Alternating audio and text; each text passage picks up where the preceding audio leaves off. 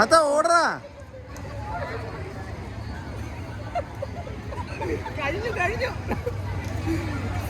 അവര് വേറെ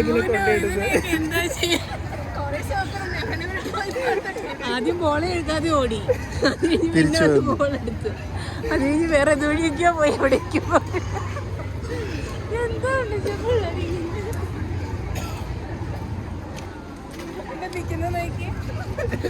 എന്താ ചെയ്തിട്ടിരിക്കുന്നത്?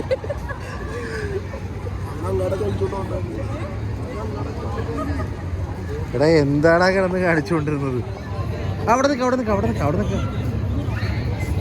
അതെങ്ങനെ ഉണ്ടായിരുന്നു?